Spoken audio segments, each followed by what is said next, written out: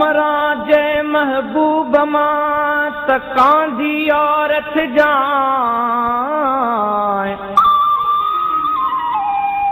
जे देर हुजे दफनाइण में त थोरो तरस जाए रोंदा खान लए अजीज भली तू न रोए जाए अची लोढ़ लट जाए पिरी पंहिंजन पेरन सां। मौत हिकु अटल हक़ीक़त आहे जंहिंजो ज़ाइको हर साह वारे खे चखणो आहे। मौत जी हक़ीक़त खां बि इनकार नथो करे सघिजे, पर के मौत अहिड़ा बि थियनि था जिन जी हक़ीक़त तस्लीम करण लाइ दिलि ऐं दिमाग़ राज़ी नथो थिए। सिंधी क़ौम जे महबूब अॻवान देवमालाई किरदार जहिड़े सिंध जे सपूत बशीर ख़ान कुरैशी जी अणमुदाइती मौत खे बि को सिंध वासी तस्लीम करण लाइ तयार ई न आहे। जॾहिं हिन दुनिया मां गुज़ारे वेंदासीं, जॾहिं हिन दुनिया मां गुज़ारे वेंदासीं, घणनि खे असां बे ओ घणनि खे असां बे ओ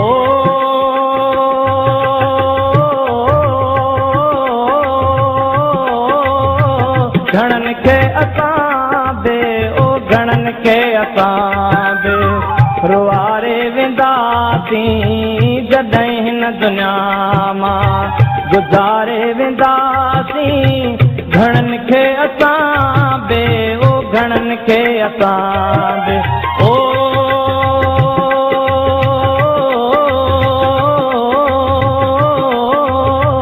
घणनि खे असां बे ओ घणनि खे असां बे रुआरे वेंदासीं, जॾहिं हिन दुनिया मां। फ़क़ीर सिफ़त इंसान बशीर ख़ान कुरैशी GM जो हक़ीक़ी फ़िक्री पोइलॻ ऐं अदम तशद्दुद जी पॉलिसी जो पैरोकार हुयो। उहो ई सबबु हुयो जो हू गैर मुतनाज़ा शख़्सियत बणिजी वियो। हू सिंध जे रिवायतुनि ऐं क़दरुनि जो अमीन हुयो। अॼु बि उन जी बेमहली मौत ते हर अख आली ऐं हर घर में तॾो विछायल आहे। बशीर ख़ान कुरैशी सिंध सां वफ़ा जी मूरत हुयो। हू सिंध सां ऐं सॼी सिंध बशीर ख़ान सां मोहबत कंदी हुई। संदसि सॾ ते हज़ारे न बल्कि लखे माण्हू ईअं अची गॾु न थींदा हुआ। हिन दरवेश सिफ़त इंसान में का ॻाल्हि त हुई जो समूरी सिंध हिकु आवाज़ थी खेसि लबैक चवंदी हुई। पाणी जो मामिलो हुजे या डेम जो, ॿोली जो इशू हुजे या एकता जो ॾियारो, बशीर ख़ान हमेशह हर अवल दस्ते जो सरवान रहियो। उहो ई सबबु आहे जो अॼु बि सिंध खे सारे रही आहे। सिंध लाइ सिर ॾियण जी ॻाल्हि करण वारा त हज़ारे मिलंदा, पर सिर अॾी ते रखण वारा ऐं सिर ॾेई सरहो थियण वारा सिर्फ़ु कुझु हूंदा आहिनि, जिन मां अरडो बशीर ख़ान बि हिकु हुयो। हू सफ़र में हुयो, न केतिरियूं ई रातियूं जागी सफ़र कयो। पंहिंजे वतन जे आजपे लाइ हिन कॾहिं बि सुख जो साह न खयो। हिन जी मिलनसारी सां गॾु दिलेर तबियत हिन खे पंहिंजी पार्टी त छा पर पूरी सिंधी मुआशिरे में हिकु अलॻि ऐं कदावर हैसियत ॾियारे छॾी। सिंधी समाज हमेशह दिलेर ऐं सचनि माण्हुनि सां मोहबत कई आहे। बशीर ख़ान कुरैशी 10 अगस्त 1959 ते अदन इंसाननि खे जनम ॾींदड़ लाड़काणे जे शहर रते देरे में जनम वरितो। हिन शुरूआती तइलीम रते देरे मां हासिल कई ऐं पोइ सिंध ज़रई यूनिवर्सिटी टंडो जाम में तालीम वरिती। हिन सियासत जी शुरूआति साईं GM जे क़यादत में GSN तहरीक जे प्लेटफॉर्म तां कयो। बशीर ख़ान हिकु अहिड़ो राजूनो माण्हू हुयो जेको हर सिंधी जे ख़ुशी तोड़े गम में पंहिंजे सिर पाण शरीक थियण जी कोशिशि कंदो हुयो। शादी में गमी में किथे को बेइंसाफ़ी हुजे, किथे का को मसलो हुजे, का स्ट्रगल हुजे सिंधी माण्हुनि जी, ऐं इहो ई माण्हू वाहिद आहे जंहिं सॼी सिंध जो आउं सम्झां थो को बि ॻोठु अहिड़ो न छॾियो आहे जिते ही न पहुतो हुजे। जॾहिं बि हिते जॾहिं पोरहतनि जो मसइलो थींदो त पहिरियां बशीर ख़ान ते पहुचंदो, त जंहिं बि वक़्तु ॾिसंदो त ही ॾुख में आहिनि। पोरहत छो त ज़रई यूनिवर्सिटी जो स्टूडेंट हुयो, त उन पोरहतनि जो ॾुख स्टूडेंट जो ॾुख त न सही सघंदो, पर पोरहतनि जो ॾुख बि न सही सघंदो। जवानी जा 10 साल जेलनि खे अर्पींदड़ सैयद जो ही अरडो ऐं ॾिंगो ॿार कॾहिं बि न झुकियो। बशीर ख़ान जो विछोड़ो सिंध लाइ तमामु वॾो सदमो आहे। सिंध हिन वक़्तु जंहिं पीढ़ा में आहे उन में बशीर ख़ान जहिड़ा मर्द सिंध लाइ हिकु वॾी उमेद हुई। को माण्हू जॾहिं लीडर थी वञे त बाक़ी हिन जे कढ लॻंदड़ माण्हू हिन लाइ राया बणिजी वेंदा आहिनि, पर हिन आख़िर ताईं पाण खे कारकुन ई रहण ॾिनो। ही पंहिंजे क़ौमी कारकुन ऐं सिंध वासियुनि सां गॾु दोस्तनि लाइ वॾी इज़त ऐं एतिराम रखंदो हुयो। बशीर ख़ान ज़ाती तौर ते त मां सां दोस्तनि जो दोस्त हो, ऐं दोस्ती जे हवाले सां जेकॾहिं मां ईअं चवां त जेकॾहिं कंहिं बि दोस्त सां हिकु दफ़ो मिलियो त उहो ज़िंदगी भर उन जो दोस्त थी वियो। ऐं इहो कॾहिं बि न थियो त को वरी माना उहो दोस्त हिन खां फिटो हुजे या ॿी का सूरत हाल थी हुजे। 82 खां वठी असां पॉलिटिकली बि गॾु रहियासीं, उन इख़्तिलाफ़ात बि थिया ऐं असां हिक ॿिए खां टुटासीं बि सयूं, पर असांजी दोस्ती जेका आहे उहा उन तरीक़ेकार सां उन ई सिस्टम में हलंदी रही। बशीर खान जेका असां सां हिकिड़ो तालुक़ु हुयो दोस्ती वारो, उहो जंहिं ॾींहुं जुड़ियो ऐं उन ॾींहुं टुटो आहे जंहिं ॾींहुं उहो फोत थी वियो आहे। माना उन में कंहिं बि क़िस्म जो को झोल का घटिताई वधिताई करे न आई। हुन वटि असांजी हमेशह इज़त रही, असां वटि हुनजी इज़त रही, असांजी वरी हुन वटि इज़त रही। बहसियत वर्कर बशीर कुरैशी तमामु मोतबर इंसान हो, जंहिंजे लाइ लतीफ़ साईं चयो त भला भूम विसरनि अवगुणिया चढ़नि न चित, अण लोभी ऐं नींहुं घणूं अहिड़ा सॼण किथे। पाण इंतिहाई मोतबर इंसान हुआ, नंढनि जा नंढा ऐं वॾनि जा वॾा, हिननि जो इहो ई रिश्तो हूंदो हो। कारकुन सां बि उन लाइ टाइप जो रिश्तो हो त तमामु वॾा जेके माण्हू हूंदा हुआ, वॾा लीडर, उन्हनि सां बि उहो ई रिश्तो हूंदो हो ऐं सभिनी सां मुहबत वारो रिश्तो हूंदो हुन। ऐं बशीर कुरैशी वाहिद सियासतदान हो जंहिं समाजी ऐं सियासत खे गॾे हलायो, न त हिते सिर्फ़ु या समाजी वर्करनि या सियासी वर्करनि, पर हिन ॿिन्ही शयुनि खे गॾे हलायो ऐं तमामु बहितरीनु अंदाज़ से हलायो ऐं सदाईं जाखोड़ी रहियो। बशीर खान जो ॾींहुं राति दोस्तनि सां यारनि सां राज भाग सां जेको हुनजो रवैयो हुयो, उन में हमेशह हू मोटिवेशन पैदा कंदो हो। हू माण्हुनि खे इन पंहिंजे एतबार जे थ्रू इहो यकीन ॾिराईंदो हो त असां तव्हां सां गॾु आहियूं, स्ट्रगल में तव्हां बि असां सां साथ ॾियो जेको आहे। ऐं उन में हू हमेशह साबित क़दम रहियो जेको आहे। इहा ई हुनजी अहिड़ी अदा जेका सिंधी माण्हुनि खे हमेशह यादि रहंदी जेको आहे। असांजे नज़र में इहो ई वॾो हुनजो जेको उहो किरदारु हो जेको अपीलिंग रहियो, जंहिंजे करे असांजी हुन सां दोस्ताना रिश्ता बि ठाहिया जेको आहे। कावड़ त असां हुनखे लाइफ में असां त न हेठी थिए जेका घटि में घटि कावड़ खे हू पंहिंजे सब्र में तब्दील कंदो हो, स्ट्रगल में तब्दील कंदो हो जेको आहे। इहा ई हुनजी हुई ज़ाती तरह त का फ़क़ीर माण्हू हो, हुनजी जेको आहे नेचर बि फ़क़ीराणी जेको आहे, त हू हमेशह उन फ़क़ीराणी मंझि शयुनि में व्यथा रखंदो हो जेको आहे। बशीर खान जी पंहिंजाइप सचाई मुख़लिसी सबबि खेसि सारींदे संदसि दोस्त बि लुड़क लाड़े वेहनि था। तव्हांजी कैंटीन ते केतिरनि ई सालनि ताईं मानी खाईंदड़ बशीर खान अॼु आम सिंध वासियुनि जे विच में मौजूदु कोन्हे, कीअं महसूसु कयो था? वॾी कमी महसूसु कयूं था, तमामु घणी असांखे कमी महसूसु थिए थी त जॾहिं बि बशीर खान जो हितां लांघो थींदो त असीं इहे तव्हां दिलि चवंदी त बशीर खान जे करे हेॾे मीरपुर वञे थो त असां खां थियो वञे, असांजे ई कैंटीन में ईंदो त असांजी दिलि ख़ुशि थींदी। कमी महसूसु कयूं था, अॼु असां ईअं सम्झो असांजे घर में तॾो असांखां विसरियो न आहे।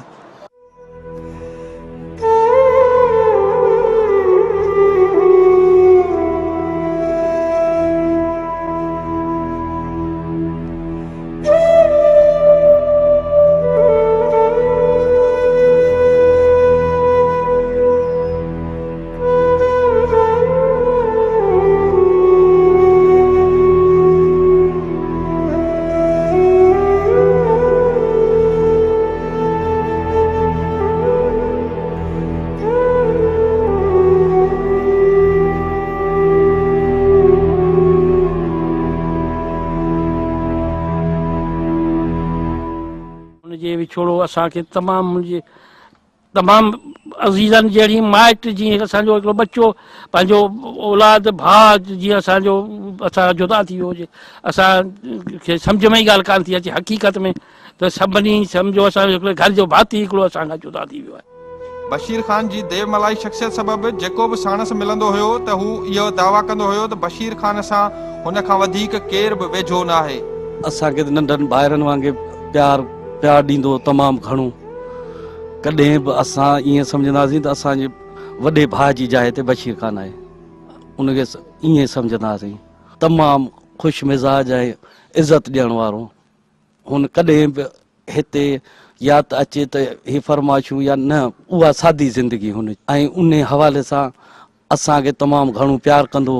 नंढा हूंदासीं तमामु घणी इज़त ॾींदो।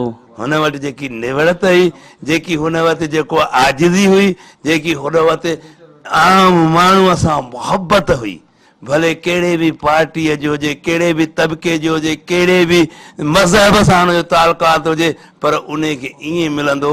कॾहिं कॾहिं टंडे जा मुंहिंजा दोस्त मिलंदा हुया यूनिवर्सिटीअ जा, उन्हनि सां अहिड़ो भाकुर पाए मिलंदो हुयो। हुनजो साईं तव्हां सां पुछो न, हा यार छा तोखे मां तोखे न सुञातुमि, मां पोइ वरी मां पुछां जेॾी महिल उहो वञनि, मां चयो तव्हां हुनखे सुञातो? चई बाबा न सुञातो, पर हुनखे अहिड़ो ॿुधाए मुंहिंजी यूनिवर्सिटी जो चयो त मां हुनखे चवां त मां तोखे न सुञातो आहे। हुनजी दिलि खे मां तूं त बशीर खान वॾो माण्हू थी वियो आहे, हाणे सुञाणे नथो असांखे, हुनखे महसूसु करणु न ॾींदो। इहे ख़ुशूसियत असां काफ़ी रहिया आहियूं, 85 खां पोइ यकी गॾु रहिया आहियूं, दुख सुख में रहिया आहियूं, हर तकलीफ़ में रहिया आहियूं। असांजो वॾो भाउ तमामु वॾो इज़त कंदो हो, असांजी तमामु ॿाहिरनि वांगुरु सम्झंदो हो, पर हिन जे वफ़ात खां पोइ असांजो दिमाग़ कमु नथो करे, त हाणे असां हुनजे लाइ छा ॻाल्हायूं। बशीर खान जो रवैयो हिकिड़ो पंहिंजे अज़ीज़ रिश्तेदार खां बि वधीक अज़ीज़ हूंदो। बशीर खान हिते हूंदो त असांखे पंहिंजा मिट माइट यादि कोन हूंदा। काई बि तकलीफ़ थींदी त अधु राति मंझरात ते ईअं सोचींदासीं असांजो अज़ीज़ बि बशीर खान हिते आहे, असांजो अबो बि हिते आहे। चुखी ऐं टंडोजाम जे पसगिरदाई वारनि इलाइक़नि खे बशीर खान पंहिंजो ॿियो घर कोठींदो हुयो, जंहिंजूं सारोणियूं संदसि दोस्त कुझु हिन रीति वंडिनि था। बशीर खान खे ही घर ही इलाइक़ो पोइ ईअं ई टंडोजाम ऐं टंडोजाम जे ओसे पासे जा ॻोठ घर राज भाग पंहिंजनि बचनि में राईंदा हुआ, टिकाईंदा हुआ, ऐं उनखां पोइ कई तकलीफ़ूं अज़ियतूं ईंदियूं हुयूं, पर जेको आहे सो वरी बशीर खान खे ॾिसण खां ऐं उन सां मिलण खां पोइ हुनखे विसरी वेंदियूं। सन खां रते देरे खां हीअ 4 नंबर घर आहे, असां सभिनी जो ई घर आहे, ऐं बशीर खान जो जेको विछोड़ो थियो आहे उन में असांजो दिमाग़ कमु कोन थो करे। हिन घर खे पंहिंजो घर सम्झो। हिते पुलिस जा बि रेड थिया, जंहिंमें असांखे खणी विया, नंढा हूंदा हुआसीं, हैदराबाद बि असांजे घरनि ते चढ़ायूं थियूं पुलिसनि जूं। कॾहिं को ॾुखियो वक़्तु ईंदो या का तकलीफ़ थींदी तॾहिं बि हू असां वटि अची निकिरंदो, आदि हुजे मुंहिंजी हुजे, हर टाइम अची निकिरंदो। कॾहिं बि हुन मां असांखे हुन जी शख़्सियत मां कॾहिं बि का तकलीफ़ कान पहुती आहे। हाणे ईअं महसूसु थिए थो जीअं असांजो वॾो भाउ छपर छां असांजो ईअं असां खां अलॻि थियो आहे। दिलेरी ऐं सचाई जी अलामत बनियल बशीर खान कुरैशी जा दोस्त ॿुधाइनि था त छापनि दौरान खेसि महफ़ूज़ तरीक़े सां मंज़िल मक़सूद ते पहुचाइण लाइ खेसि बुरका बि पाराया विया। तमामु घणा जेको आहे सो रेड लॻा, ऐं उन में मीर मुश्ताक जे घर ते नवाब मंसूर जे पुठियां हुई हुई पुलिस। उन में कंहिं जॻह ते बशीर खान खे 110 मोटरसाइकिल तेल अधूरो सधूरो, हाणे बशीर खान खे कढिजे कीअं? पोइ ओड़े पाड़े मां बुरका मां इन जा हथ कई के दोस्त सलाह ॾिनी त हाणे बुरको पाराए, जीअं अॻियां बि चौकियूं लॻियूं पियूं आहिनि। दोस्त हूंदो शबीर जमाली ऐं अनीस पीरज़ादो। पोइ असां पाड़े ओड़े में जा बुरका, हिन मुड़ुस जो कद काठ ॾाढो डिघो ऐं हिमत भरियो, को माईअ जो बुरको पूरो न पियो अचे। पोइ खिले बि पियो ऐं जेको आहे सो चई मूंखे छा था करियो, पर असां तड़ तकड़ में त हाणे रेड थींदो, वॾो पकड़िजी वेंदो। पोइ तड़ तकड़ में 110 मोटरसाइकिल ते फेस जखरो मरो ज़िंदा हो, ऐं पोइ उन जेको आहे सो तड़ तकड़ में पाराए असां कढी त वियासीं, पर जेॾी महिल उन जॻह ते पहुतासीं त बशीर खान खे सैंडल मर्दानो पातो। चढ़े छोराई मूंखे सैंडल त मर्दानो पातो पियो आहे, इहो तव्हां चेंज ई न कयो। बशीर खान कुरैशी जो ही दोस्त लुड़क लाड़ींदे चवे थो त बशीर खान कुरैशी जो मयारी आहे। मां जे मुला साईं चांहि हली पियो, चई न तो मुला सां थोरे चांहि पीअंदो, मां वञा थो बसि। वियो हलियो, आउं उतां निकितुसि परेल जे करे, मां अञा जेको आहे त खटियाणनि खां न पहुतमि त मुंहिंजी मोबाइल जो मां कढियमि त ॾिसां त 5 कालूं बशीर खान जूं लॻियूं पियूं आहिनि। मां ॻाल्हायां, चई बाबा आउं मोटियो थो अचां, हैदराबाद जे वेझो पहुतुमि, मां चयो मोली साहिबु कार्ड ॾींदो, मां अचां थो चांहि थो तुंहिंजी पीआं। हुन जूं इहे ख़सूसियूं जेके हुयूं न, इहे जेके मेल मेलाप आहे न, इहे असांखे कॾहिं न विसरंदा।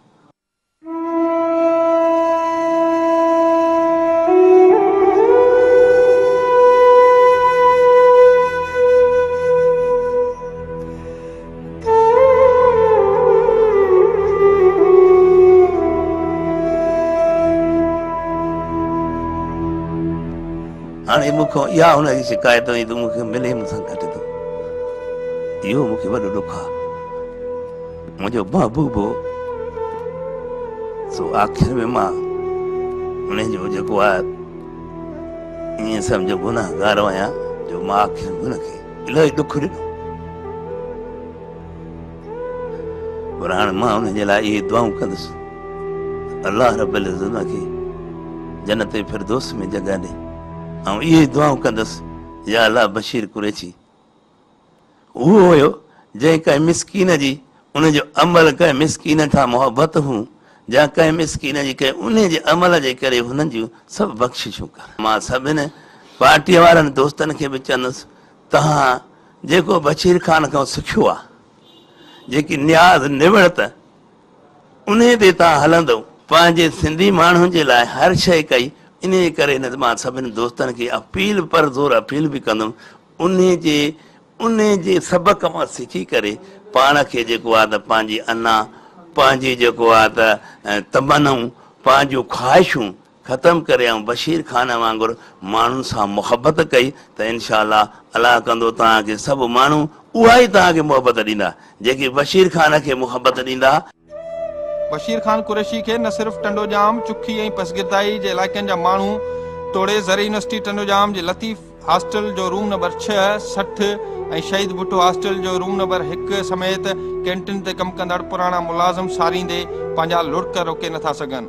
पोइ मूंखे यादगिरी आहे त जंहिं वक़्त में छोकिरे जो 150 रुपया बिल ईंदो त हिन माण्हूअ जो 2400-2500 रुपया बिल ईंदो। एतिरा हिन जा महिमान हूंदा, पर ईअं न हूंदो त महिमान आया न असांखे गोश्त खारायो, हुन में जेका बि शइ हूंदी न हू चवंदो बाबा बिस्मिल्लाह असांखे ॾियो। जॾहिं हुन जा पैसा ईंदा हुआ त 100-200 रुपया मूंखे वधीक ख़र्ची ॾेई छॾींदो। कॾहिं बि हुन माण्हू असां सां आधी राति जो बि ईंदो हो न, असां हुनखे कॾहिं बि जवाबु न ॾिनो, कॾहिं बि न का अहिड़ी ॻाल्हि किथे बि कंहिं मज़ूर सां बेवाजिबी थींदी त बशीर खान वटि दांह खणी ईंदा। सही फ़ैसिलो आहे, जो शागिर्द का ज़्यादती कंदो तॾहिं बशीर खान वटि फ़ैसिलो थींदो। केतिरियूं पार्टियूं हूंदियूं पर उन हिसाब सां सभु माण्हू हुनजी इज़त कंदा हुआ। छो भला कॾहिं बशीर खान खे तव्हां कॾहिं जवाबु न ॾिनो? साईं बशीर खान शख़्सियत ई अहिड़ी हुन, हुन कॾहिं बि असां सां, मूंखे यादगिरी कोन्हे का त कॾहिं बि हुन माण्हू गुस्से सां न ॻाल्हायो। ऐं इहा मूंखे यादगिरी आहे, हिकिड़े ॾींहुं वालिद साहिबु आयोसि, उन ॾींहुं सर्वेंट हूंदो हुननि वटि, छोकिरनि वटि, अॼु ॾींहुं थोरी आहे, उन ॾींहुं कोन आयो। पोइ मूंखे चई उस्ताद बाबा आयो आहे मानी जेको आहे कमरे ते। मां चयो ठीकु आहे। उन वक़्तु मज़ूर असां रखंदा हुआसीं हिकिड़ो, छो त मानी पचाए छॾींदा हुआसीं, पोइ मज़ूर हले पियो। मां चयो मां खणाए हलां, चई न न न बाबा जी मानी आहे, मां पाण खणी ईंदुसि, तव्हांखे मां तकलीफ़ न ॾींदुसि। इहे असांखे अॼु ॾींहुं ताईं लफ़्ज़ हुन माण्हू जा यादि आहिनि।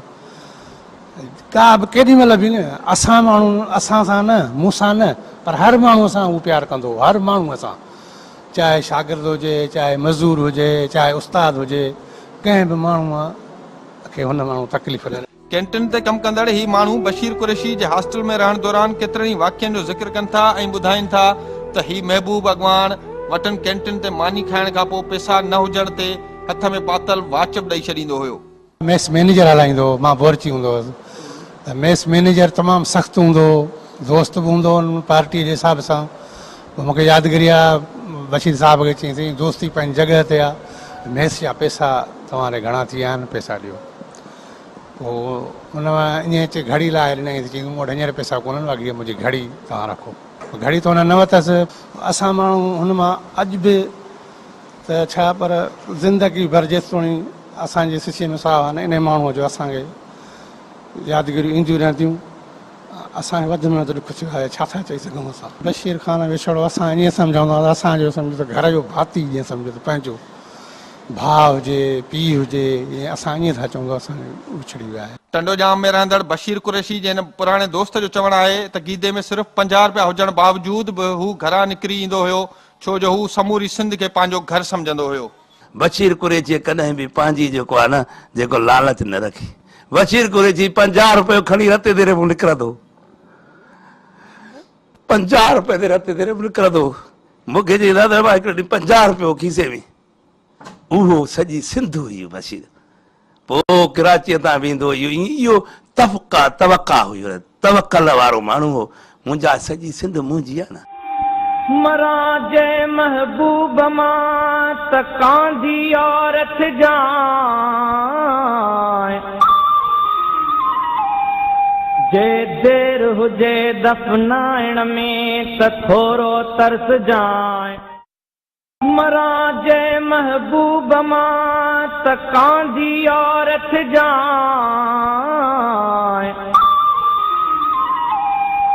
जे देर हुजे दफनाइण में त थोरो तरस जाए। ही नौजवान जॾहिं ॿारड़ो हुयो त बशीर खान लाइ हॉस्टल ते मानी खणी वेंदो हुयो। ते शहीद भुट्टो में हॉस्टल 1 में रहंदो, असां C-7 कॉलोनी में रहंदा हुआसीं। पोइ हिकिड़े दफ़े बीमार हो, बुखार हो शायदि, पोइ घरां मानी ॾिनी हुयो। असां ॿ ॿाहिरि वियासीं, मुंहिंजो वॾो भाउ उमेद अली ऐं आउं 4th 5th दर्जो पढ़ंदा हुआसीं। हुते मानी ॾियण पिया अचूं, टंडे जाम जो हवाऊं बि तेज़, नंढड़ा हुयासीं ऊंदहि हुई, असीं मानी सूधो वाह में किरी पियासीं। उहा आली मानी खणी अची हिते हॉस्टल ते खणी आयासीं, पोइ अची ॾिनीसीं भाई मानी नीर किरी पई आहे। ऋषि साहब असांजो त फैमिली सॼी फैमिली जो वारिस हो, वॾो हुयो। असीं जावा आहियूं त उनखे पंहिंजी उताकुनि में ॾिठो आहे, पंहिंजे घरनि जे ॿाहिरां ॾिठो आहे। कॾहिं कॾहिं त ईअं बि थींदो असां घर अंदरि सुता पिया हूंदासीं, सुबुह जो उथी ईंदासीं त उताक में कॾहिं त हिकिड़ो दफ़ो घटी में सुतो पियो, ऐं निकिरी आयुसि त ॿार घटी में पहिरियां पातल सुतो पियो। मां ॾिठो आहे वॾो सुतो पियो आहे, थोरो जाॻियो, बाबा हिते सुता पिया आहियो, राति बिजली न हुई, पाण खट कढी ॿाहिरि सुम्ही पियो आहियां। असांजो त सभु कुझु हुयो, असां त ख़ुशि नसीब आहियूं, असांजो अलाए केतिरो वक़्तु हुन सां गॾु गुज़रियो आहे, अलाए केतिरियूं रिहाणियूं, अलाए केतिरियूं कचहरियूं, सॼी ज़िंदगी हुनजी सोबत में रहिया आहियूं, तक़रीबन हुन सां ई गॾु रहिया आहियूं। छा ॿुधायूं कहिड़ियूं सारियूं सारियूं सम्झ में सच नथो अचे। ज़र यूनिवर्सिटी में पढ़ंदड़ शागिर्दनि सां गॾु उस्ताद बि खेसि सारिनि था। असां 1979 में हिते दाख़िल थियासीं। बशीर ख़ान साहिबु असांखां 3 साल सीनियर हुयो ऐं आउं 21 नंबर रूम लतीफ़ हॉस्टल में रहंदो हुउसि ऐं बशीर ख़ान पंहिंजो हिन में 6 नंबर लतीफ़ में रहंदो हो। बशीर ख़ान सां जॾहिं असां हिते जेको ॾिठोसीं, तमामु दलेर, बहादुर ऐं ॿिए जे ग़म खे पंहिंजो ग़म करणु ऐं कंहिं बि स्टूडेंट सां अगरि बेवाजिबी थींदी त बशीर ख़ान इहो सम्झंदो हो त इहो ॿिए सां बेवाजिबी न थी आई आहे, मूं सां बेवाजिबी थी आहे। ऐं असां पंहिंजे हिन दौर में हिते ॾिठोसीं त कंहिं मेस वारे वटि नाजाइज़ी न करणु, उनजी का अहिड़ी ॻाल्हि जेकॾहिं उनजो को बि स्टूडेंट जेकॾहिं उन में फ्री वञी मानी खाइणु या उन सां को नुक़सान हुनजो करणु त उनजो अज़ालो बशीर ख़ान कंदो। मैंने सिंध में 5 साल गुजारे और इसमें 2 दफ़ा मेरी मुलाकात शहीद मोहतरम बशीर ख़ान के साथ हुई है। और एक मेरी खुशकिस्मती है कि मैं फ़हीम डार, कामरेड नदीम बलोदी, अता उस लोग की शादी पे गए थे, हबीब भट्टो साथ आए थे। उसकी शहादत से 9 घंटे पहले हमने उनके साथ 12 घंटे कचहरी की। मैं बेहैसियत एक इनकलाबी के, एक मजलूम कौम की पश्तूनख्वा के, और यहाँ पे मैं सिंध में रह के भी सिंधियों की दर्द में महसूस करता हूँ।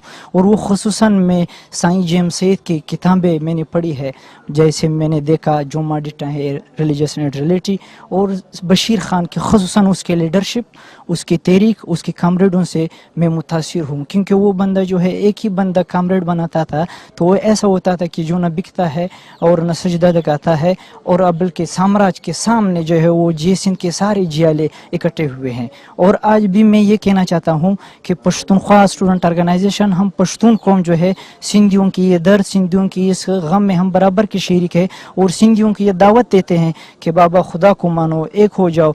बशीर कुरैशी जा ही दोस्त संदसि रूपोशी दौरान पेश ईंदड़ केतिरनि ई वाक्यनि जो ज़िक्र बि कनि था। हिकिड़े चकर आउं ॻोठ अचां त बशीर ख़ान खे गोॾ ॿधी पई हुजे ऐं चौकीदार जी खमीस पाती पई हुजेसि, चयूं बशीर ख़ान खे घेरो थियो। बशीर ख़ान जो पंहिंजा कपिड़ा चौकीदार खे ॾेई ऐं चौकीदार खां गोॾ ॿधी ऐं हुनजो खमीस पाए ऐं उते आउं जेको मूंखे पुछऊं केरु, मुंहिंजा चौकीदार आहियां, कमु थो कयां, ईअं आउं उते जेको निकिरी आयुसि। पोइ वरी बशीर ख़ान खे असां ताजपुर खां वठी मुंहिंजो हाणे हिते वॾो ॻोठ आहे, मतां बि वरी हिते का को मुखबरी करे पाण अलहन सां बनी ते था हलूं। पोइ असां 7 किलोमीटर उहो पैदल पंधु करे बशीर ख़ान असां उते पहुतासीं। ऐं पोइ कुझु ॾींहं असां उते झंग में ई, जिते न का लाइट जी सहूलियत हुई न को छा, ऐं उते जेको बनी ते उते रहियासीं, गुड़ियूं हुयूं, बाक़ात हुआ, उते जेको रहिया पिया हुआसीं।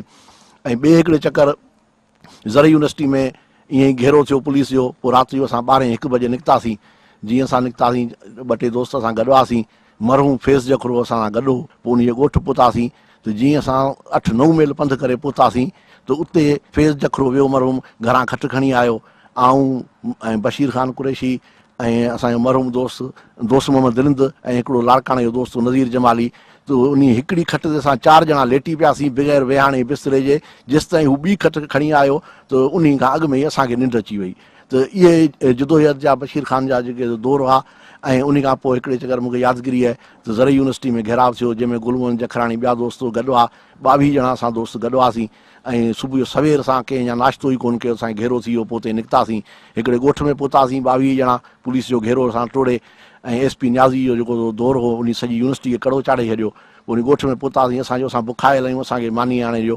पोइ हुननि असांखे मानियूं आणे ॾिनियूं। मूंखे यादगिरी आहे त 4 मानियूं हुयूं ऐं हुन 4 मानियुनि मां असां 22 टुकर कया ऐं सभिनी दोस्तनि पाण में हिकु हिकु करे विराए खयूं। ईअं हलंदा ॼण मां हिकिड़े औलाद सां जीअं हलंदी आहे, ईअं बशीर खान कुरैशी या अल्ताफ़ माना उन वक़्त में माना असां कॾहिं बशीर खान तव्हां हिते भोरची वियो चौकीदार हुयो हिते तव्हांखे कॾहिं को दड़को ॾिनो हुजे कुझु चयो हुजे न बशीर खान कुरैशी उहो वक़्तु बि हुयो जो आर्मी हुन ते केतिरा दफ़ा अटैक कयो पर असांजो स्टाफ हुनखे माना भार न वांगुरु एतिरे हद ताईं जो माना मज़दूर सां गॾु मज़दूर करे वठी ऐं हुनखे माना अॻिते टपाईंदा हुआ त बाबा कीअं भला मज़दूर सां गॾु मज़दूर करे मज़दूर हिते सुबुह जो टाइम ते सुबुह जो 8-9 जो टाइम हुयो बाबा चयो माण्हू निकिरो जेके ॿिए न असां बशीर खान खे अरेस्ट करिणो आहे बशीर खान कुरैशी खे मज़दूर जे हिसाब में कोडर ॾेई असां ॿाहिरि कढियोसीं बशीर खान कुरैशी जीअं अॼुकल्ह जो फर्स्ट ईयर खां वठी ईअं मिलणु जुलणु हुयो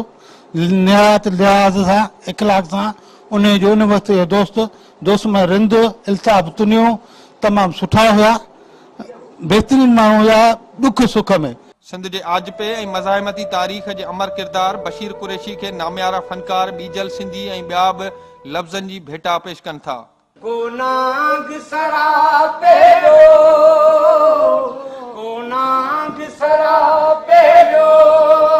कीअं नीह निज़ारनि खे ॼण नज़र लॻी रे हिन सिंध जे बहारुनि खे ॼण नज़र लॻी रे हिन सिंध जे बहारुनि खे कोनाग सरापे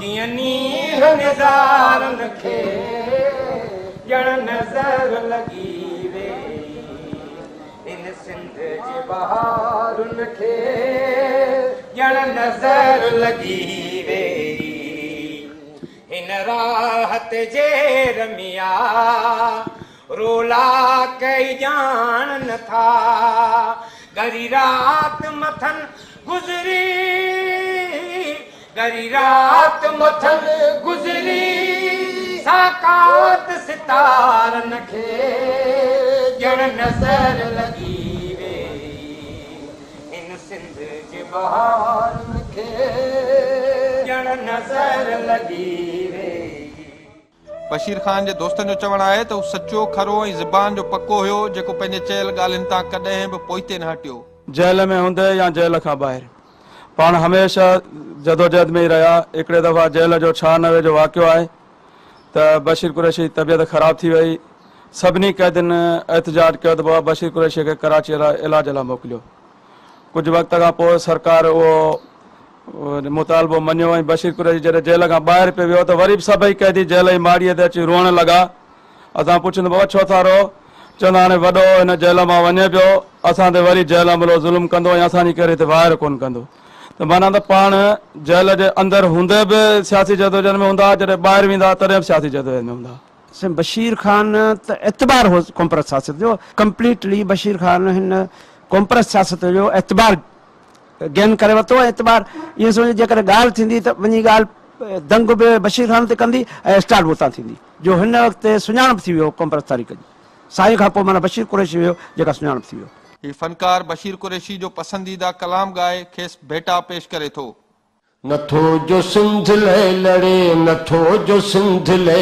करे सो सिंध मां लॾे वञे सो सिंध खे छॾे वञे असांजी बि जीए भला को जहां में असांजी बि जीए भला को जहां में सदाई निशां ते सदा इम्तिहा में असांजी बि जीए भला को जहां में असांजी बि जीए भला को जहां में सदाई निशां ते सदा इम्तिहा में असांजी बि जीए बशीर खान जी शहादत खे पैगाम छॾींदी वई आहे त सफ़र में शहीद थियो पर पंहिंजे मंज़िल जे हासिल थियण ताईं पोइते न हटो असांखे अञा ताईं यकीन न आहे त को बशीर खान असां खां जुदा आहे असां बशीर खान वाक़ई जुदा न आहे असां सां बशीर खान गॾु आहे बशीर खान कुरैशी जे विछोड़े ते हर अख आली आहे बशीर खान आख़िरी पसाह ताईं पंहिंजे माण्हुनि ऐं देश सां साबित कदम बीठल रहियो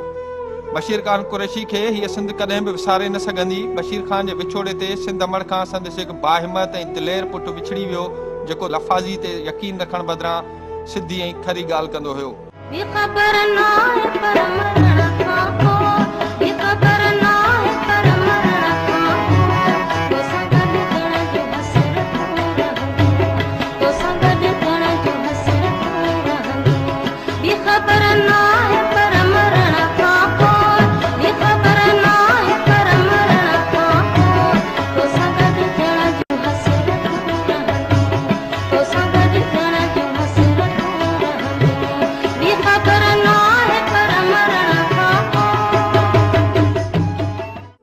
बशीर कुरैशी जी वफ़ात ते जिते सिंध जो हर माण्हू ग़म ॾुख ऐं अफ़सोस जी लहर में वरतल आहे, उते ही इहो बि चाहिनि था त हिन जे विछोड़े जे ग़म खे गॾे ताक़त में बदिलाइजे, उन जे ख़्वाब खे साबियान ॾिजे। साॻे वक़्तु समूरी सिंध इहो मुतालबो करे थी त सिंध जे हिन जोधे जी बेमहलाइती मौत जा कारण ॻोल्हण लाइ लफ़्ज़नि जे इस्तेमाल बजाए हक़ीक़ी तरह कदम खयां वञनि त जीअं ख़बर पइजी सघे त उन जी मौत जा असल कारण कहिड़ा हुया।